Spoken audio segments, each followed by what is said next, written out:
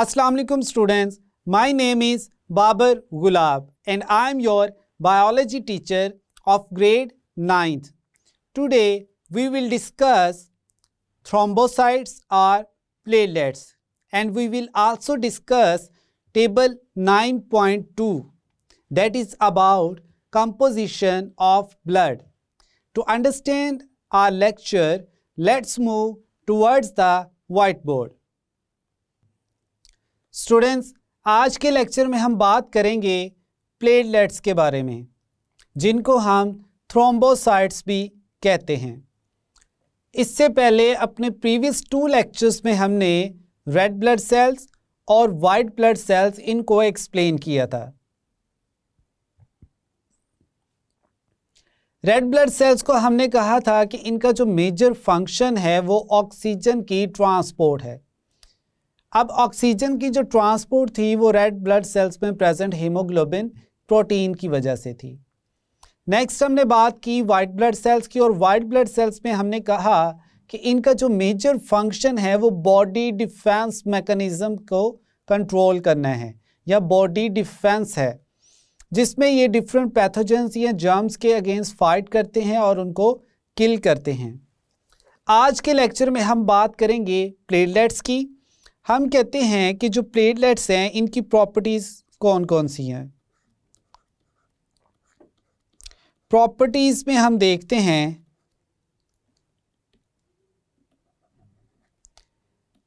कि ये सेल्स नहीं हैं। हम कहते हैं दे आर नॉट सेल्स।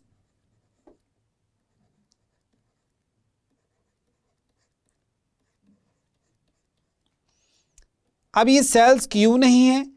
क्योंकि ये एक लार्ज सेल जो कि बोन मैरो में प्रेजेंट होता है उसके फ्रैगमेंट्स हैं। दूसरा हम कहते हैं कि इनके पास न्यूक्लियस भी नहीं है।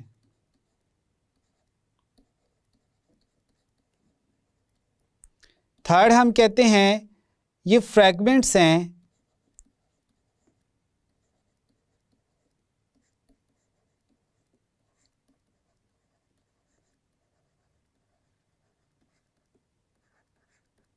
किसके फ्रैगमेंट्स? मेगा कैरियोसाइट के।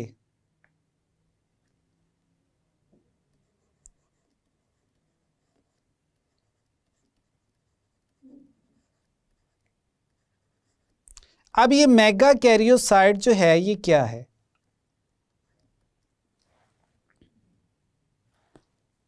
ये एक बोन मैरो सेल है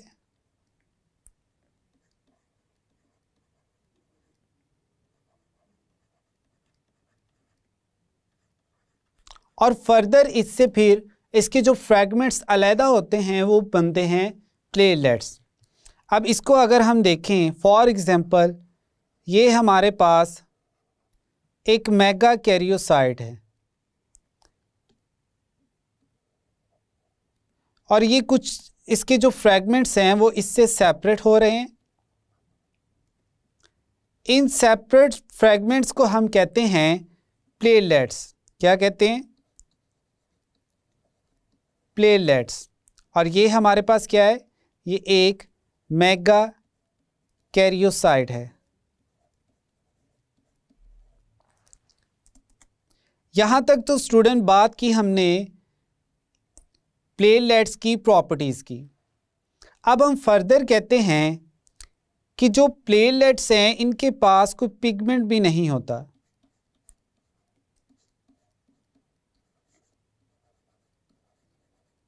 इनके साइटोप्लाज्म में या इस सेल के अंदर कोई भी पिगमेंट प्रेजेंट नहीं होता। फिर हम कहते हैं 1 क्यूबिक मिलीमीटर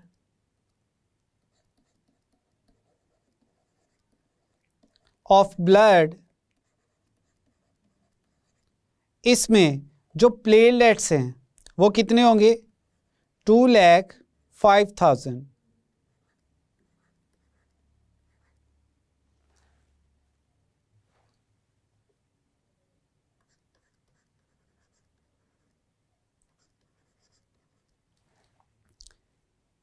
अब नेक्स्ट हम बात करते हैं स्टूडेंट्स प्लेटलेट्स के लाइफ स्पैन के बारे में कि इसका जो लाइफ स्पैन है वो कितना है। तो हम कहते हैं कि प्लेटलेट्स का जो लाइफ स्पैन है वो 7 to 8 डेज है, यानी 7 से 8 दिन। अब फाइनली हम देखते हैं कि जो प्लेटलेट्स का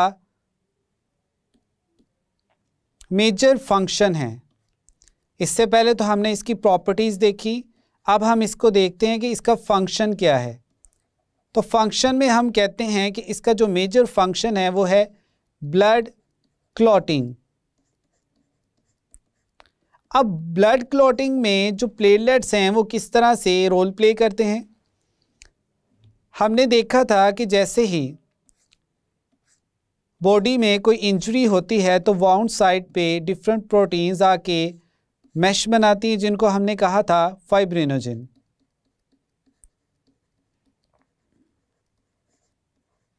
और इन प्रोटीन स्ट्रक्चर्स में फिर डिफरेंट जो प्लेटलेट्स हैं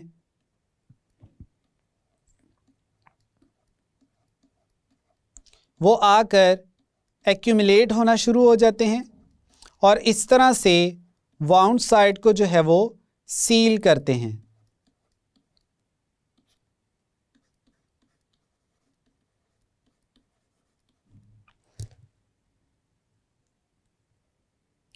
और ये जो सील है यानी ब्लड क्लॉटिंग है, ये क्या होती है, टेम्परेरी होती है,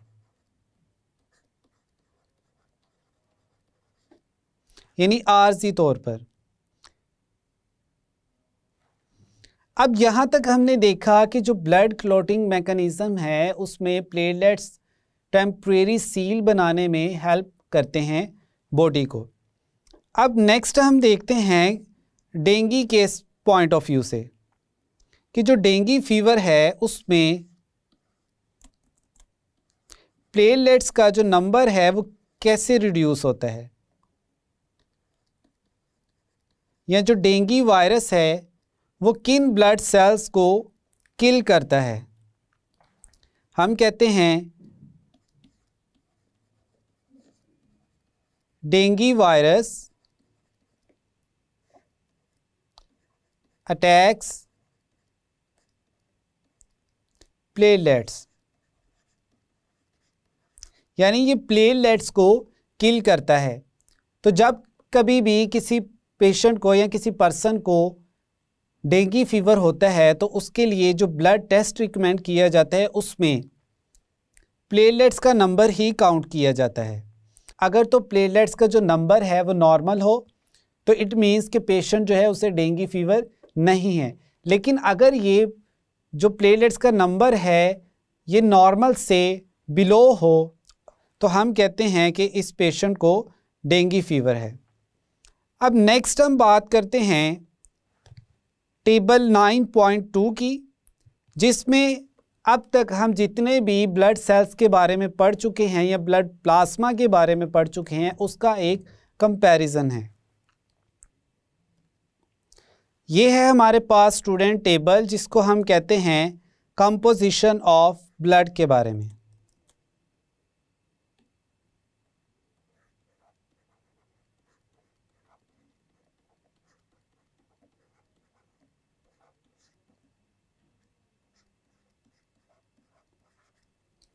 अब इसमें हम सभी जो ब्लड के कंपोनेंट्स हैं उनको बारी बारी देखते हैं।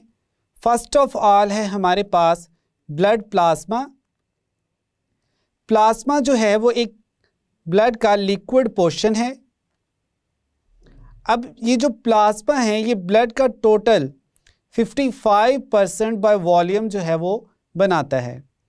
अब इसमें डिफरेंट ब्लड सेल्स हैं, कौन कौन से, जिसमें हम कहते हैं red blood cells, white blood cells. ये सारे के सारे जो सेल्स हैं ये ब्लड में ही प्रेजेंट होते हैं।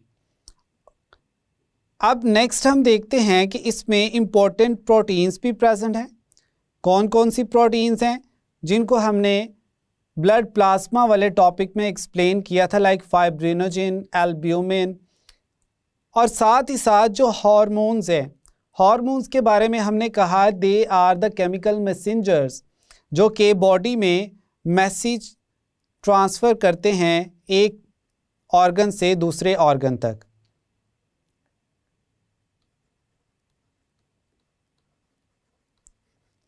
इसके अलावा जो ब्लड प्लाज्मा है उसमें सॉल्ट्स भी प्रेजेंट होते हैं। अब नेक्स्ट हम देखते हैं कि जो ब्लड है इसमें सेल्स कौन कौन से हैं। ये हमारे पास ब्लड का दूसरा कंपोनेंट है और इसमें फर्दर हम देखेंगे red blood cells, white blood cells और प्लेटलेट्स को। रेड ब्लड सेल्स की अगर बात की जाए तो इनको हम कहते हैं एरिथ्रोसाइट्स। नेक्स्ट हम कहते हैं बाइकनकेव डिस्क है, विदाउट न्यूक्लियस है, इनमें न्यूक्लियस नहीं होता।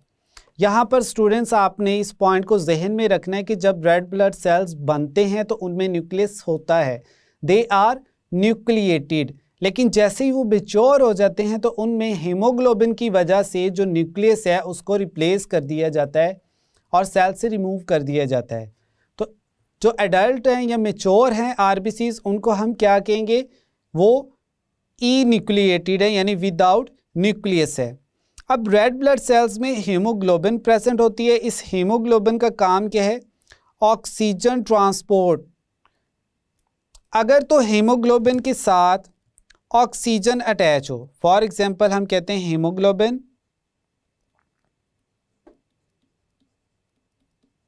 प्लस ऑक्सीजन, तो इसको हम फिर कहते हैं ऑक्सी हीमोग्लोबिन। यानी जब हीमोग्लोबिन के साथ ऑक्सीजन अटैच है।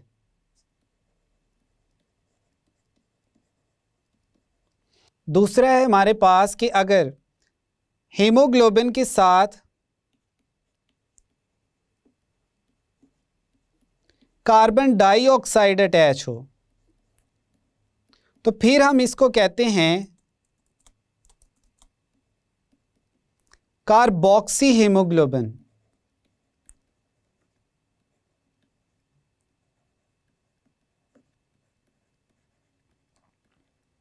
तो ये टू डिफरेंट फॉर्म्स हैं हीमोग्लोबिन की, जब उसके साथ ऑक्सीजन अटैच हो या फिर कार्बन डाइऑक्साइड अटैच हो। तो हम कहते हैं कि जो हीमोग्लोबिन है या रेड ब्लड सेल्स हैं वो ऑक्सीजन भी ट्रांसपोर्ट करते हैं, इसके साथ साथ कार्बन डाइऑक्साइड को भी ट्रांसपोर्ट करते हैं। नेक्स्ट है हमारे पास वाइट ब्लड सेल्स, जिनको हम ल्यूकोसाइट्स भी कहते हैं। इनमें हम टू टाइप्स के सेल्स को देखते हैं, एक है ग्रेन्यूलर जिनमें ग्रेन्यूल्स प्रेजेंट हो और दूसरे हैं ए ग्रेन्यूलर जिनमें ग्रेन्यूल्स प्रेजेंट नहीं होते। अब वाइट ब्लड सेल्स जो हैं इनमें न्यूक्लियस प्रेजेंट होता है, they are large in size as compare to the RBCs. अब हम देखते हैं कि इनका जो नंबर है वो कितना है, 7500 पर क्यूबिक मिलीमीटर, जबकि रेड ब्लड सेल्स का कितना था, 5 मिलियन पर क्यूबिक मिलीमीटर। अब ये जो वाइट ब्लड सेल्स हैं ये क्या करते हैं, हमने कहा ये बॉडी के डिफेंस में मेजर रोल प्ले करते हैं बाय डिफरेंट वेज, लाइक या तो ये जो पैथोजेंस हैं उनको इनगल्फ कर जाते हैं या फिर एंटीकोगुलेंट्स रिलीज करते हैं।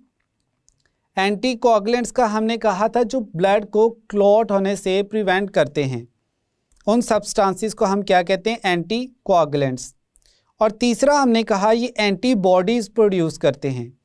ये जो एंटीबॉडीज़ हैं ये क्या करती हैं, ये जर्म्स को किल करती हैं उनकी सरफेस पर अटैच होकर।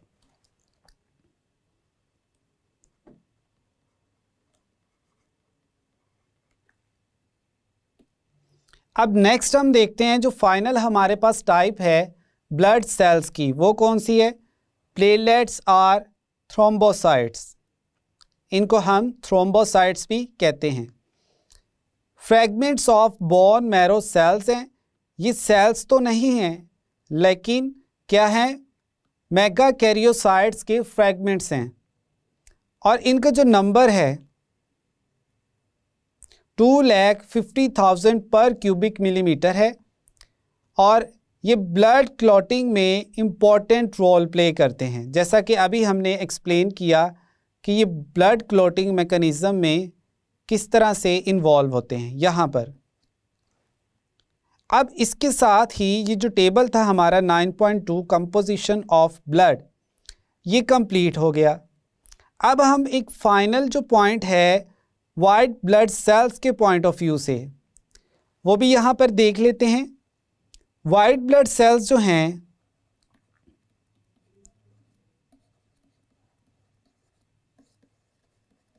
ये क्या करते हैं, जर्म्स को किल करते हैं। तो जब जर्म्स को ये किल करते हैं तो इनकी अपनी भी डेथ होती है। ठीक है, हम कहते हैं कि यहाँ पर जर्म्स की, फॉर एग्जांपल जर्म्स किल हुए हैं, लाइक ये जर्म्स हैं, और दूसरी तरफ हम कहते हैं WBCs जो हैं वो भी क्या होते हैं, किल हो जाते हैं।